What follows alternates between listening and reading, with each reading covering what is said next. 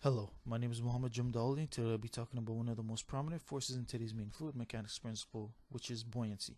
Buoyancy is essentially the upward net force exerted on an object that is wholly or partly immersed in a fluid, and that particular force is equal to the pressure times the area, which can be further simplified to the density of the fluid times the gravitational acceleration times the distance times the area. And now let's take this glass of water, for example. When an object is dropped inside a fluid, the fluid pressure will in turn increase with depth. So essentially, as you go deeper inside the fluid, you'll feel more pressure on yourself. If you go deeper inside a lake or something, you would feel more pressure on yourself. And why does fluid pressure increase with depth, you may ask? Now, let's think about this using a ball. If you drop a ball full of air on water, you will see that it floats. Any ball, basketball, beach ball, or soccer ball, that's because the water is applying an upward force on that ball.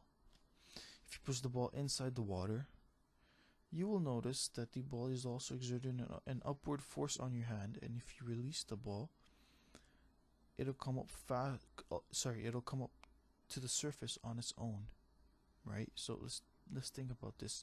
Have you ever, when you were swimming at a beach or something, have you ever tried putting a ball inside the water?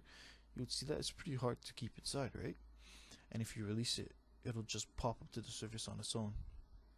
Now, if you push the ball deeper inside the water, you will feel more force against your hand, and when you release the ball, it'll come up even faster than it did in the previous case, and it'll go even higher up, right? This is because the upward force increases as it's pushed deeper into the fluid, and that's because the pressure also increases as we go deeper into the fluid.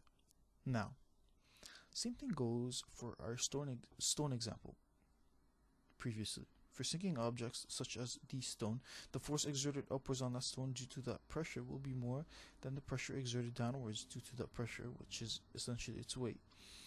That downwards force is its weight. And that net upward force exerted on that object submerged in fluid is called the buoyant force. Now, this is caused by the pressure difference between the top and the bottom surface on that object. So we want to calculate the difference, which is the buoyant force. So on the bottom we have the density of the fluid times the gravitational acceleration times s plus h, where s is the distance from the surface and h is the height of the object. And if we subtract that force due to pressure on top of the surface, which is the density of the fluid times the gravitational acceleration times the area, and we further simplify this, we'll get the buoyant force, which we know today, which is the density of the fluid times the gravitational acceleration multiplied by the thickness and multiplied by the area of the object. For example, we need to see that it depends on the density of an object.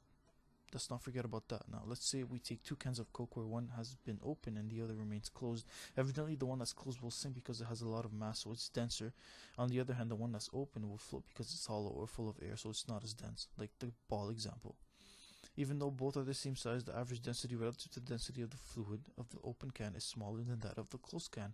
Now, this is where Archimedes' principle comes in. If the object is heavier than the amount of water it displaces, the object will sink like the can that's closed, and if the object is lighter than the amount of this water it displaces, the object will float like the can that's open. Thus, we can say that the buoyant force experienced by an object is equal to the weight of the fluid displaced by the object. Now, one of the main real-life examples that we have of buoyancy, because buoyancy is all around us, particularly in water-related examples.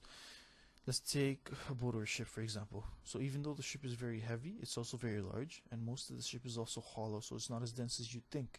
So due to the fact, similar to the open can example, the ship is actually lighter than the amount of water it's being displaced, thereby causing it to float. And so the weight of the boat is less than the force being exerted upwards on the boat.